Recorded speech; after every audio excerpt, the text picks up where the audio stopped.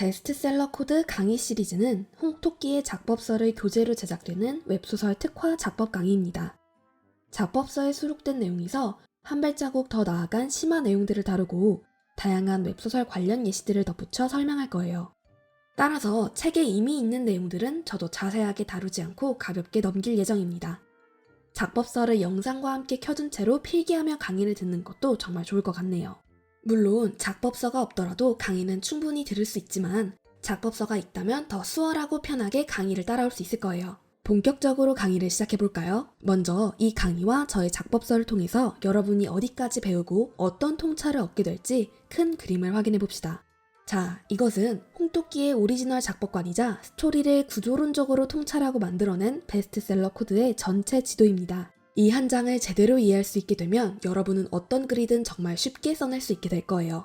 제가 확신을 담아서 하는 말이 있죠. 장르 불문 흥행작을 만드는 법칙이 있고 명확한 법칙이 있기에 스토리 창작은 수학과 같다고요. 그럼 여기서 잠깐 생각해 볼까요? 수학을 배울 때는 덧셈부터 시작합니다. 그렇다면 소설은 어디서부터 배워야 할까요? 바로 베스트셀러 작가가 될 바로 당신에 대해 배우는 것부터입니다. 특히 마인드 세팅은 몇 달 단위로 가는 장기 고액 컨설팅에는 꼭 포함되는 부분이기도 하죠. 그간 정말 많은 작가분들을 만나며 느낀 건 처음에 제가 마인드셋을 잡고 가는지 아니면 귀찮으니까 대충 넘기는지에 따라서 후반부 성과가 크게 차이가 나더라고요. 그래서 이번 첫 번째 강의 시간에서도 아주 중요하게 다룰 거예요. 잠깐 작법서를 펼쳐볼까요? 이 마인드 세팅은 작법서의 일부 12페이지부터 25페이지까지에 대한 심화 내용입니다. 홍토끼와 오래 함께 하신 분들은 제 스타일을 아시겠지만 저는 근거가 없는 말은 하지 않습니다. 논리적으로 납득할 수 있을 때 동기부여가 되고 제대로 이해할 수 있기 때문이에요. 그래서 제가 오늘 여러분에게 들려드릴 이야기도 뇌과학과 논문을 근거로 한 내용입니다. 플라시보 효과, 한 번쯤은 이것에 대해 들어보셨을 거예요. 의사가 환자에게 밀가루로 만든 알약을 처방했는데 환자의 긍정적인 믿음과 심리적 요인으로 인해서 실제로 병세가 호전되는 현상을 뜻합니다. 그런데 이 효과는 단순하게 믿음이 만들어내는 기적이나 착각이 아니라 회복과 관련된 뇌의 신경망이 자극되었기 때문에 발생하는 지극히 신경과학적인 현상입니다. 그런데 2013년 이탈리아 밀라노 대학에서 발표한 논문에 따르면 신경과학자들과 뇌 연구자들은 여기에서 그치지 않고 머릿속으로 어떤 행동을 하는 과정을 떠올리거나 무언가를 성취해낸 벅찬 장면을 상상하는 것만으로도 뇌의 신경망이 발달한다는 아주 놀라운 사실을 밝혀냈습니다. 정말 신기하지 않나요? 그러니까 이건 여러분이 소설을 막힘없이 써내는 과정을 생각하는 것만으로도 실제로 그런 훈련을 하는 것과 똑같은 효과를 본다는 거예요. 머릿속의 실제 행동을 구체적으로 떠올리고 상상하는 것을 mental rehearsal, 심적 시연이라고 하는데요. 이탈리아의 연구자들은 이 심적 시연이 어떻게 신경망을 발달시키는지 알아보기 위해 실험 대상자를 4개의 집단으로 나눠 5일간 피아노를 배우게 했습니다. 첫 번째 그룹은 매일 2시간씩 한 손으로 치는 곡을 연습했고 두 번째 그룹은 정해진 곡이나 악보 없이 매일 2시간씩 마음대로 피아노를 쳤습니다. 그리고 세 번째 그룹은 피아노 앞에는 앉지도 않고 그냥 첫 번째 그룹이 곡을 배우고 외우는 과정을 관찰하면서 그 과정에서 배우도록 했습니다. 다시 말해서 세 번째 그룹은 매일 2시간씩 피아노를 치는 연습을 마음속으로 상상하고 지켜보기만 한 것이죠. 마지막으로 네 번째 그룹은 대조군으로 아무것도 하지 않았습니다. 5일간의 실험이 끝나고 연구자들은 경둑의 자기 자극수를 이용해 뇌의 변화를 확인해 보았습니다. 결과가 어땠을까요? 정말 놀랍게도 실제로 피아노 건반을 눌러보며 연습한 첫 번째 그룹과 치는 상상만 한 그룹 3의 신경망이 거의 비슷하게 변해 있었다고 합니다. 어떻게 피아노 건반을 건드려 보지도 못한 세 번째 그룹이 실제로 피아노를 눌러가며 연습한 첫 번째 집단과 비슷한 결과를 낼 수 있었던 걸까요? 신경과학에서는 이런 현상을 해배학습, Heavy Learning이라고 합니다. 특정 목표와 행동 과정에 집중하는 과정을 통해 뇌의 특정 신경망을 지속적으로 자극하면 결과적으로 신경세포 간의 연결이 더욱 견고해지는 현상이 관찰된다는 거예요. 신경세포 간의 연결이 견고해진다는 건 무슨 뜻일까요? 숨 쉬듯이 너무 쉽고 자연스럽게 그 행동을 해낸다는 거죠. 그런데 여기서 더 집중하셔야 합니다. 매번 자유롭게, 즉흥적으로 자기 맘대로 피아노를 연주한 두 번째 그룹이 있었죠. 이 두 번째 그룹은 뇌의 변화가 거의 없었다고 합니다. 아무것도 안 한 네 번째 대조군과 큰 차이가 없었다는 거예요. 다시 말해 행동이나 생각도 그냥 되는 대로 할 거라면 아예 하지 않는 것과 별다를 게 없다는 것입니다. 구체적인 목표를 가지고 정확한 로드맵을 따라 특정한 생각과 행동을 여러 번 반복해야만 신경망이 강화된다는 거예요. 여러분, 제가 지금 하는 말은 그냥 하는 소리가 아니에요. 구체적인 과학적 증거가 있고 올림픽에 출전하는 프로 선수들이 월드클래스 코치들에게 듣는 말이며 미국의 대통령들이 듣는 마인드 코칭 클래스에서 가르치는 것입니다. 특정한 목표를 가지고 어떤 행동을 하는 과정을 머릿속으로 꾸준히 반복하는 것만으로 그 행동과 관련된 뇌의 부분이 활성화되고 뇌의 신경세포가 강화되며 서로 연결되어서 결과적으로는 뇌가 발달합니다. 뇌가 발달한다는 것은 특정 영역에 대해 천재적인 재능을 갖추게 되는 거예요. 그만큼 멘탈 리허설과 리듬, 생각의 힘은 아주 강력합니다. 그러니 여러분도 이제부터 목표를 생생하게 생각하고 그걸 자주 반복하세요. 나는 베스트셀러 작가가 된다. 앞으로의 모든 강의에서 저도 여러분께 이 말을 꼭 한 번씩 해드리도록 하겠습니다.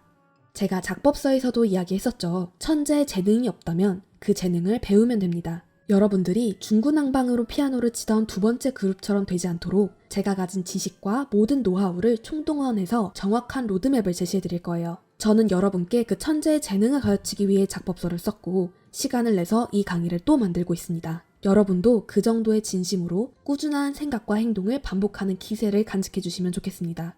자, 그럼 이제 다음 챕터로 넘어갑시다. 이번에 다룰 내용은 웹소설 특화 분석법입니다. 작법서를 잠시 확인해 볼까요? 17페이지부터 18페이지에 대한 심화 내용입니다. 무엇이든 압축하고 분석하라.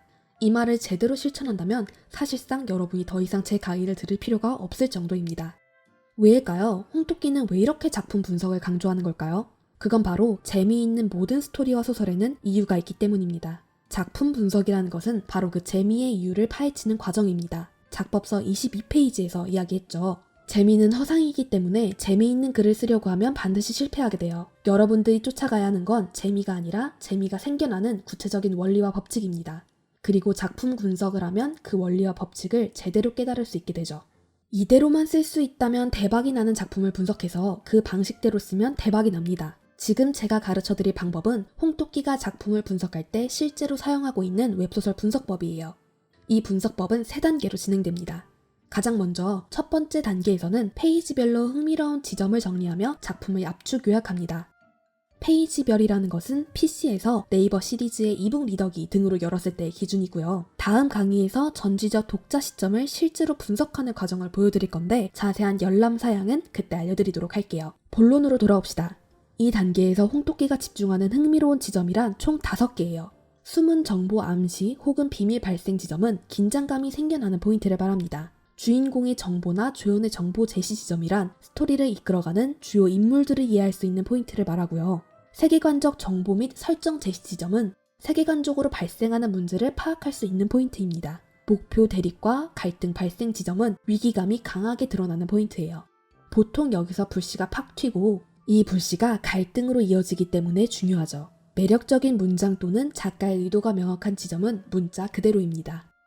여기서 숨은 정보 암시 혹은 비밀 발생이 긴장감이라고 말한 이유는 작법서 87페이지부터 93페이지를 참고하면 됩니다. 그리고 목표 대립과 갈등 발생 지점이 위기라고 하는 이유는 작법서 84페이지부터 85페이지를 참고하면 돼요. 책에 굉장히 자세하게 다루어 두었습니다. 이제 두 번째 단계로 넘어갑시다. 이제는 에피소드별로 몇 화에 걸쳐서 어떤 양상으로 갈등이 고조되고 스토리가 진행되는지 파악합니다.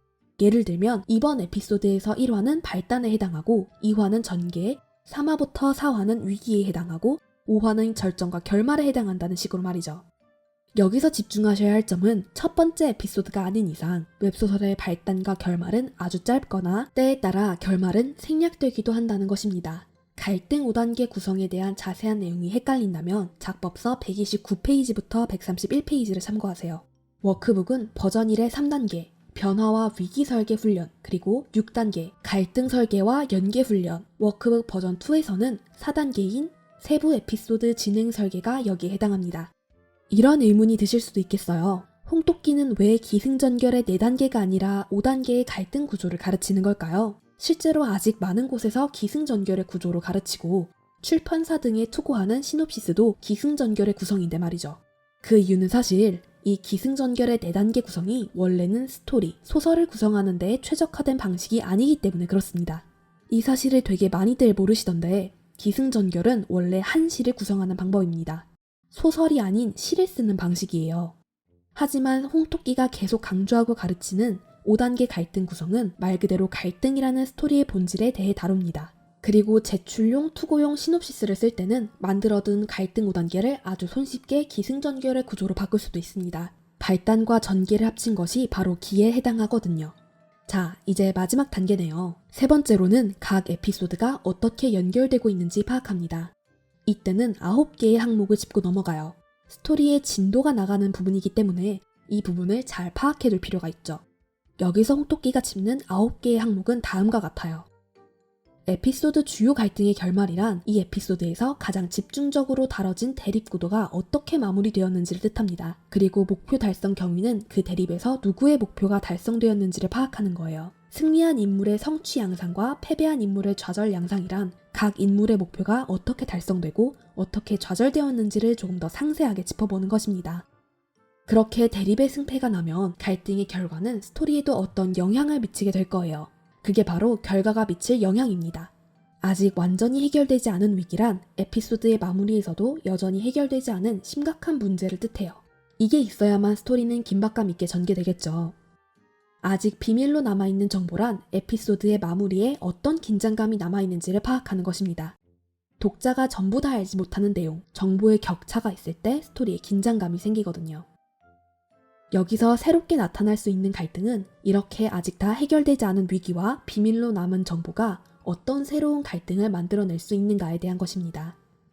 회수가 완료된 복선, 아직 회수되지 않은 복선은 말 그대로 어떤 것들이 아직 의문으로 남아있고 어떤 장면으로 연결될 것 같은지를 적어보는 것입니다. 워크북 버전 1에서는 레벨 9, 5단계 에피소드 훈련이 이 작업에 해당되고 워크북 버전 2에서는 레벨 5단계 플롯 추적 에피소드 설계가 이 작업에 해당돼요. 워크북이 있는 분이라면 좀 더 쉽게 분석 작업을 해볼 수 있겠네요. 자, 이렇게 3단계로 작품을 분석하면 감춰져 있던 재미 원리가 수면 위로 떠오르기 시작합니다. 1단계는 재미 요소의 엑기스를 뽑아내는 작업이고 2단계는 그 재미 요소들이 어떻게 엮여 있는지 파악하는 작업, 3단계는 그 재미 요소가 묶여 있는 블록 단위를 파악하는 것입니다. 와, 정말 오늘도 천기누설급의 강의를 만들었네요. 이런 걸 너무 다 알려드리면 저에게 남는 게 없는데 그래도 초심을 잃지 않는다는 건 이런 거겠죠. 앞으로도 계속 이렇게 저만이 할 수 있는 일, 선한 영향력을 강의로 실현해보려고 합니다. 여러분의 응원 댓글이나 좋아요, 구독만으로도 저에겐 굉장히 큰 힘이 되고 있어요. 그걸로 충분한 것 같습니다. 다음 강의에서는요, 이렇게 배운 분석법을 홍토끼가 실제로 하는 과정을 생생하게 전부 다 보여드리려고 해요. 전지적 독자 시점 무료분을 가지고 말이죠.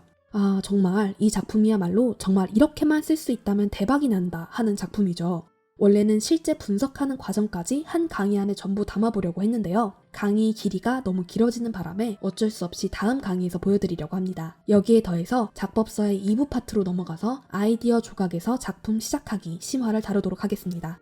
멤버십 구독자분들에게는 다음 달의 강의를 한 달 먼저 선공개한다고 했었죠. 이 편이 지금 함께 올라와야 할 텐데요. 완성을 아직 하지 못한 상태입니다. 그래서 멤버십에는 12월 8일 다음 주 토요일에 2강을 업로드하도록 하겠습니다. 선공개가 살짝 늦어진 것에 대한 뇌물 차원에서 전지적 독자 시점의 에피소드 2개 분량 1화부터 11화까지의 작품 분석 파일을 채널 커뮤니티란에 먼저 올려드릴게요. 멤버십 분들께서는 다음 주 토요일까지는 우선 그 파일을 보면서 강의를 복습하시면 되겠습니다. 다시 한번 여러분과 함께하는 새로운 시작이 된 것 같네요. 여러분의 응원 댓글 언제나 너무 감사하게 보고 있습니다. 그런 마음들 덕분에 언제나 더 좋은 강의를 만들려고 애쓰게 되어요. 그러면 우리는 다음 강의에서 다시 만나요. 안녕.